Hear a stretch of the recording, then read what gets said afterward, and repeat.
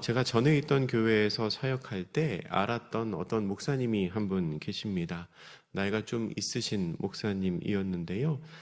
이분이 좋아하는 식당이 있었습니다. 자주 가는 식당이 있는데 메뉴가 청국장을 하는 식당입니다. 근데 청국장을 하는데 화학 조미료 안 쓰고 좋은 재료 쓰고 간도 싱겁게 하는 그런 건강한 식당이었습니다.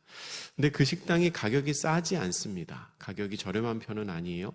그래서 그 목사님 친구분들은 그 목사님을 보면서 이 친구는 비싼 밥만 먹는다고, 이 친구는 비싼 밥을 좋아한다고 그렇게 농담을 하기도 했습니다. 근데 제가 어느 날 그 목사님이 그 식당을 좋아하는 이유를 알게 됐습니다. 사실은 그 식당이 좋은 게 아니고 그 식당이 아니면은 다른 곳에 가기가 좀 힘든 겁니다. 다른 곳에 가는 게 좀 불편한 겁니다. 이 목사님은 소화기관이 약하셔서 고기나 혹은 해산물 이런 거를 먹으면 금방 탈이 나신다고 합니다. 그러니까 자극적인 음식을 못 먹으니까 건강하게 조리하는 그 식당을 찾아가시고 늘 식사를 하실 때도 청국장 아니면 된장국 이런 걸로 이제 식사를 하신다고 합니다. 그런데 평소에 친한 사람들끼리 식사를 할 때는 그래도 괜찮은데 이 목사님이 집회 강사로 가거나 혹은 누군가가 대접을 해야 되는 그런 상황이 되면 참 어렵다고 하셨습니다. 본인은 이제 고기도 잘 못 드시고 회도 잘 못 드시고 하는데 식사 뭐 하시겠어요? 물어보면 저는 된장국이 좋습니다. 저는 청국장이 좋습니다. 라고 말하면 그냥 겸손하게 거절하는 말인 줄 알고 상의도 안 하고 그냥 갈비집으로, 횟집으로 데려간다는 겁니다. 괜찮다고 사양을 해도 정성을 생각해서 한 입만 드셔보세요. 이렇게 말한다고 하는 거예요. 물론 대접하는 그분에게는 그게 정성이겠지만 사실 이 목사님에게는 그게 독입니다. 제가 그 얘기를 들었을 때 두 가지를 생각하게 되었습니다. 첫째로는 누군가에게는 참 쉬운 일이 다른 어떤 사람에게는 참 어려운 일이 될 수도 있겠구나 하는 생각입니다. 여러분 고기 얼마나 좋습니까? 물론 이 중에도 못 드시는 분들 계시겠지만 저 같은 사람은 없어서 못 먹죠. 누가 고기 사준다 그러면 너무 감사하죠. 근데 그 쉬운 일이, 고마운 일이 이분에게는 참 어려운 일인 겁니다. 두 번째, 선한 의도의 결과가 언제나 선하지는 않다는 겁니다. 대접하는 분이 그분 해롭게 하려고 고기 사주고 회 사주겠습니까? 사랑의 마음으로 잘 섬기려고 하겠죠. 근데 그 사랑의 마음이 이분에게는 너무나 힘든 겁니다. 이분에게는 그게 고민과 갈등이 되는 겁니다. 이 이야기와 비슷한 이야기가 오늘 본문에 담겨져 있습니다. 오늘 본문은 로마서 14장 1절부터 이어지는 1절에 이런 표현이 나와요. 믿음이 연약한 자를, 이런 표현 나오죠. 그 믿음이 연약한 자에 대한 권면이 계속해서 이어지고 있습니다. 본문 13절은 이렇게 기록합니다. 우리 13절 같이 한번 읽을까요? 시작. 그런즉 우리가 다시는 서로 비판하지 말고 도리어 부딪힐 것이나 거칠 것을 형제 앞에 두지 아니하도록 주의하라. 아멘. 어제 새벽에 살펴본 본문이 믿음이 약한 사람들을 위한 권면이었다면 오늘 본문은 상대적으로 믿음이 강한 사람들, 그 사람들을 위해 주시는 말씀입니다. 바울은 다시는 서로 비판하지 말고 부딪힐 것이나 거칠 것을 형제 앞에 두지 않도록 하라고 말합니다. 내가 믿음이 강하다고 해서 약한 자들을 함부로 비판해서는 안 된다는 겁니다. 내가 건강하고 나는 무엇이든지 잘 먹고 소화를 잘 시킬 수 있다고 해서 특정한 음식을 못 먹는 사람들을 비판해서는 안 된다는 겁니다. 또한 그 앞에 걸림돌을 두어서 남으로 하여금 넘어지게 해서는 안 됩니다. 장애물을 떡하니 갖다 놓고 이거 넘어와야 우리 공동체에 들어올 수 있어. 이 정도는 해야 우리와 같이 신앙생활 할 수 있어. 이 정도는 먹어줘야 그래도 우리 교회 식구라고 할 수 있어. 라고 말하는 것 안 된다는 겁니다. 오늘 본문 15절 하반절에 이런 표현이 있습니다. 그리스도께서 대신하여 죽으신 형제를 내 음식으로 망하게 하지 말라. 여러분, 이게 얼마나 중요한 말씀입니까? 교회 안에 있는 한 사람 한 사람은 너무나 귀한 존재입니다. 왜 귀합니까? 예수님께서 그를 대신하여 돌아가셨기 때문입니다. 그리스도께서 대신하여 죽으신 형제인데, 그런데 그 귀한 사람을 비판하고 정죄하고 걸림돌을 앞에 두어서 넘어지게 하면 안 된다는 겁니다. 그리스도께서 그를 위하여 돌아가셨는데 먹고 마시는 일로 하여금 왜 그 사람을 넘어지게 하느냐는 겁니다. 너에게 무슨 자격이 있기에 예수께서 핏값 주고 주신 그 사람을 네가 넘어뜨리냐는 겁니다. 그래서는 안 된다는 거죠. 14절에서 바울은 분명히 정의합니다. 스스로 속된 것은 없다라고 말합니다. 우리 14절 말씀도 같이 읽습니다. 시작. 내가 주 예수 안에서 알고 확신하노니 무엇이든지 스스로 속된 것은 없으되 다만 속되게 여기는 그 사람에게는 속되니라. 아멘. 원래부터 나쁜 음식은 없습니다. 원래부터 나쁜 음식은 없는데 그거는 좋은 거야. 혹은 그거는 나쁜 거야 라고 판단하는 그 사람의 마음의 생각 때문에 나쁜 영향력을 미치게 된다는 겁니다. 예수님께서도 마가복음 7장 15절에서 이렇게 말씀하셨습니다. 무엇이든지 밖에서 사람에게로 들어가는 것은 능히 사람을 더럽게 하지 못하되 먹는 걸로 말미암아 더럽혀지는 것이 아니라는 겁니다. 그 뒤에 있는 말씀에서는 사람의 속에서 나오는 그것이 그 사람을 더럽게 한다라고 말씀합니다. 너의 입으로 들어가는 그것이 더러운 게 아니고 너의 입에서 나오는 그것이 더 사람을 더럽게 만들 수 있다 말씀하시죠. 우리를 나쁘게 만드는 음식은 없습니다. 하지만 예수님의 가르침에도 불구하고 유대인으로서 예수님을 믿게 된 사람들, 그러니까 유대인의 정결 예법에 따라 먹을 수 있는 것과 먹을 수 없는 것이 너무나 명확하게 구별된 것으로 신앙생활을 했던 그 사람들은 근데 하루아침에 그 마음을 버리기가 쉽지가 않습니다. 그래서 근심하는 사람들이 있었습니다. 본문 15절부터 16절까지의 말씀을 제가 읽어드립니다. 만일 음식으로 말미암아 내 형제가 근심하게 되면 이는 내가 사랑으로 행하지 아니함이라. 그리스도께서 대신하여 죽으신 형제를 내 음식으로 망하게 하지 말라. 그러므로 너희의 선한 것이 비방을 받지 않게 하라. 아멘. 음식으로 말미암아 근심하는 사람이 있습니다. 근데 아이러니한 건 아까도 말씀드렸지만 16절 마지막에 나오는 것처럼 이게 선한 마음으로 하는 행동이라는 겁니다. 나는 선한 마음으로 행동해요. 고기 먹어도 괜찮아. 고기 먹으면 맛있고 건강에 좋으니까 선한 마음으로 권합니다. 근데 그게 다른 사람에게는 근심이 됩니다. 근심. 나는 그의 유익을 위해서 권면했지만 그 말을 듣는 사람은 그게 굉장히 불편합니다. 시험거리가 됩니다. 낙심하게 됩니다. 그러면 이 일이 소위 말하는 좋은 일하고 좋은 소리 못 듣는 상황이 되는 겁니다.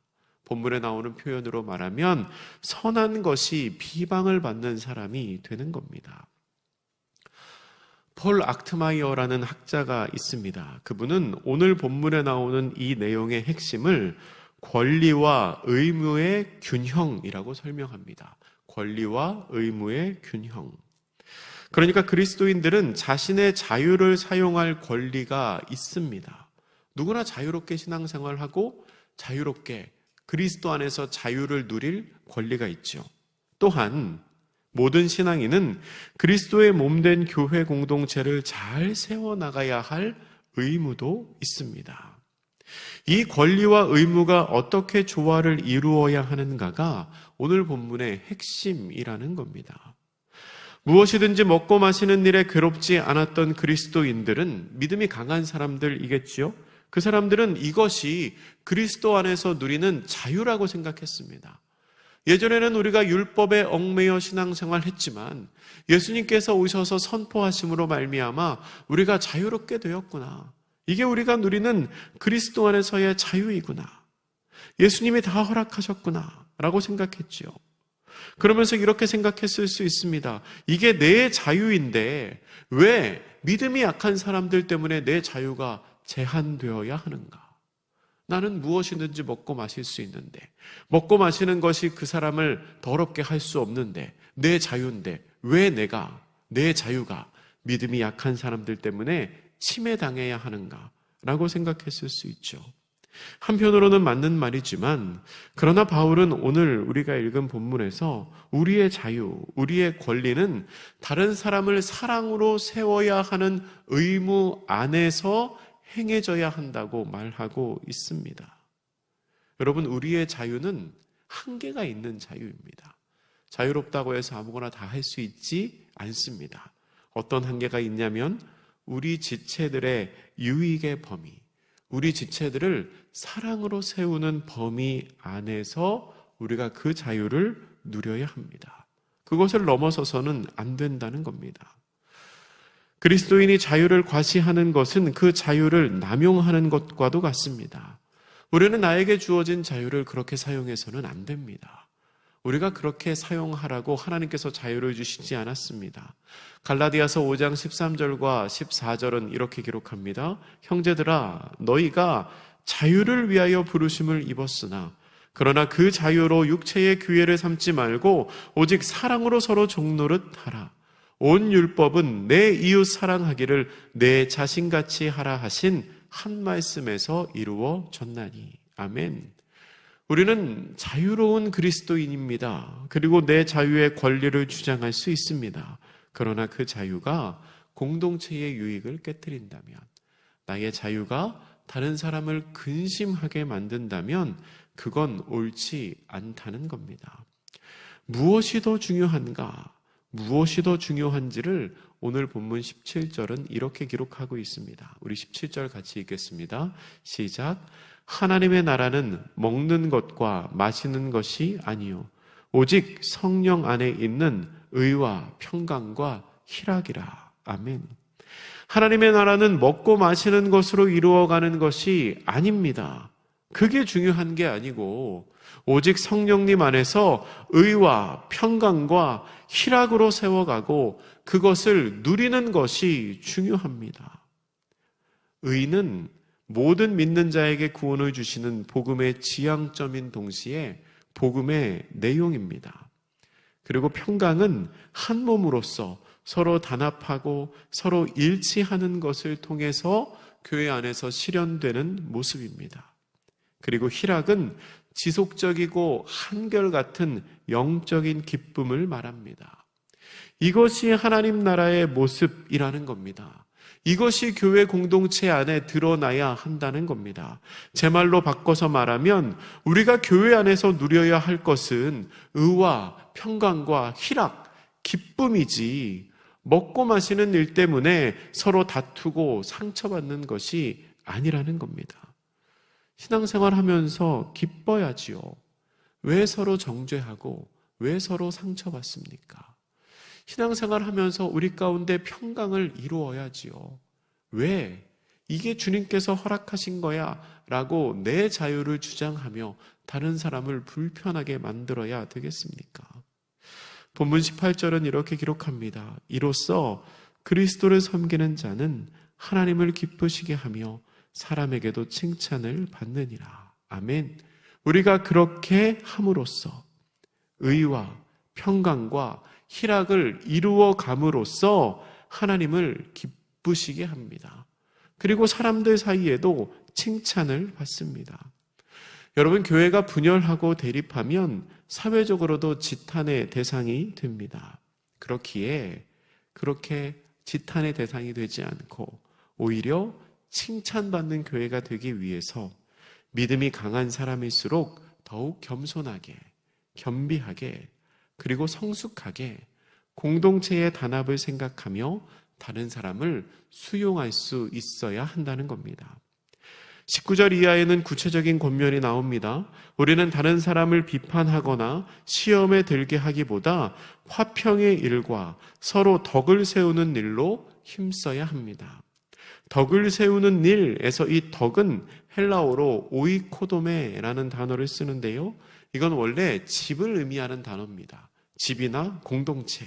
그러니까 성도는 누가 옳고 그른지, 누구에게 어떤 권한과 자유가 있는지를 따지기보다는 먼저 이 그리스도의 공동체를 건강하게 세워 나가야 한다는 겁니다.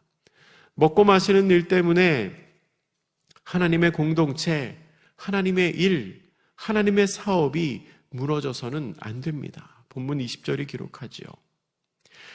꺼리낌으로 먹는 사람은 악합니다. 20절 하반절에 그렇게 기록합니다. 그리고 형제로 거리끼게 하는 사람도 옳지 못합니다. 21절에서 말씀하고 있습니다. 또한 의심하고 먹는 사람은 정죄를 받습니다. 23절이 증거합니다. 비슷한 내용이 반복됩니다. 꺼리낌으로 먹는 사람은 악하다. 형제를 꺼리끼게 하는 사람도 옳지 못하다. 의심하고 먹는 사람은 정죄를 받은 사람이다. 여러분, 이것은 믿음이 약한 자들이 강한 자들의 말에 부하뇌동하지 말 것을 경고하는 말씀입니다. 그러니까 마음의 꺼리낌으로 혹은 마음속으로 의심하면서 먹는 것은 자신의 소신을 거슬러서 행동하는 것인데 이게 하나님 기뻐하시지 않는 행동이라는 겁니다. 마음으로는 불편해요. 근데 자꾸 권하니까 먹기는 먹어요. 속으로는 용납이 안 되는데 그래, 내가 이거 먹어야 우리 공동체가 평안하지. 그래, 괜히 유별나다는 소리 듣지 않고 그냥 한번 먹고 내가 불편하지만 참아야지 하는 것 하나님이 기뻐하시지 않는다는 겁니다. 왜냐하면 이것은 곧 자기 자신을 속이는 행위일 뿐만 아니라 결국 하나님을 기만하는 일이 되기 때문입니다. 속으로는 싫은데 겉으로는 괜찮은 척 하는 것, 그거 하나님이 다 알고 계시고 하나님이 기뻐하시지 않는다는 겁니다. 양심에 꺼려지는 음식을 앞에 두고 식사 기도할 때 하나님한테 진정한 감사를 드릴 수 있겠습니까? 음식을 보면서 하나님, 이 음식을 허락해 주셔서 너무 감사합니다. 하나님의 은혜입니다.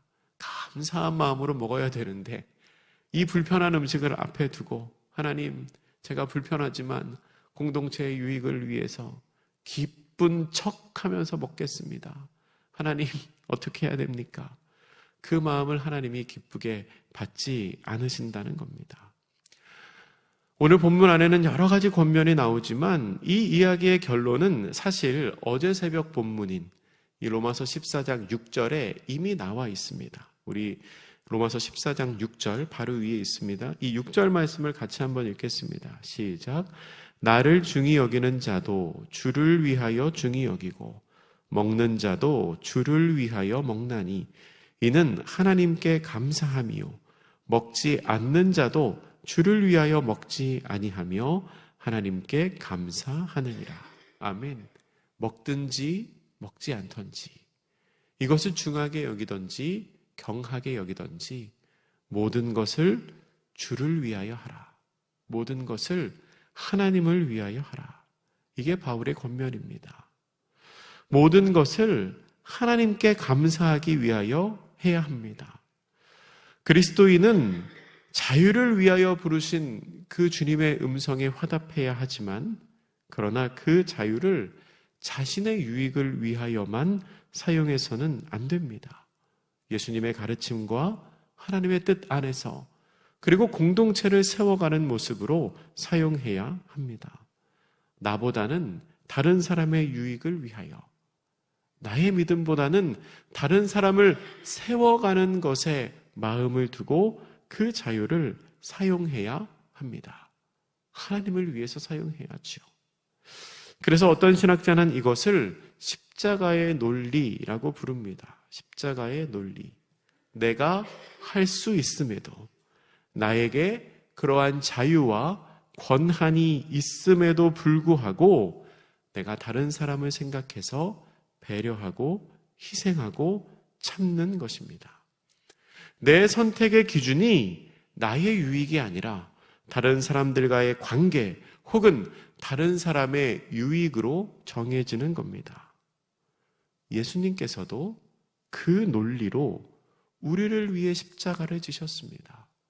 예수님의 유익을 위해서가 아니라 우리 모두의 유익을 위해서 자신의 자유와 권리를 내려놓고 그 길을 걸어가신 것입니다. 그래서 그분은 이렇게 조언합니다. 내가 무엇을 선택해야 옳을지 의심이 들 때에는 십자가의 논리를 선택하십시오. 바꿔 말하면 이렇게 되겠죠? 내가 무엇을 선택해야 옳은지 의심이 될 때에는 다른 사람에게 유익이 되는 일을 선택하십시오. 여러분, 어떤 문제에서 나의 유익이 되는 선택과 다른 사람을 세우는 선택이 다를 수 있습니다. 그럴 때 우리는 십자가의 논리를 생각해야 합니다. 아마도 그것이 우리를 향한 하나님의 뜻 혹은 하나님이 기뻐하시는 선택이 될 수 있습니다. 나의 권리를 주장하기보다 다른 사람의 약함을 보며 믿음이 약한 사람들을 보며 공동체를 사랑으로 세워가는 그런 모든 성도님들 되시기를 주님의 이름으로 축복합니다. 기도하겠습니다. 사랑의 하나님, 말씀을 통하여 우리가 믿음이 약한 사람들을 어떻게 대해야 하는지를 깨닫습니다. 부족하고 연약한 사람들을 대할 때 나의 선의가, 나의 사랑이, 나의 섬김이 때로 그를 근심하게 하는 일이 될 수도 있음을 알게 하시고 사랑으로 세우고 사랑으로 섬기되 다른 사람의 유익을 위하여 나의 자유를 잠시 내려놓을 수도 있는 그런 지혜로운 성도들이 되게 하여 주시옵소서.